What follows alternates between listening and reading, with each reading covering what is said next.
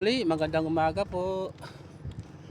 Ayan, narito muli ako sa magandang ginagawang karsada rito. Ayan oh, dito po sa parte ng Lusad. At ang lalaki ng ating backhoe dito. Oh, dalawa. So patuloy pa rin ginagawa ang mga project dito. Ayan, mga materyales naka-ready na.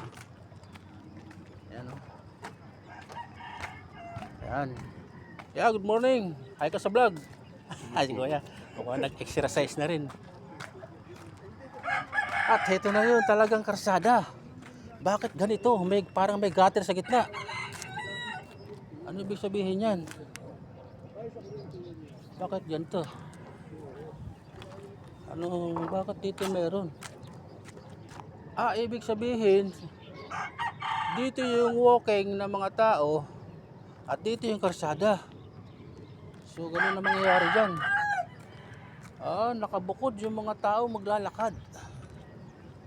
Yan po oh. Taas dito oh.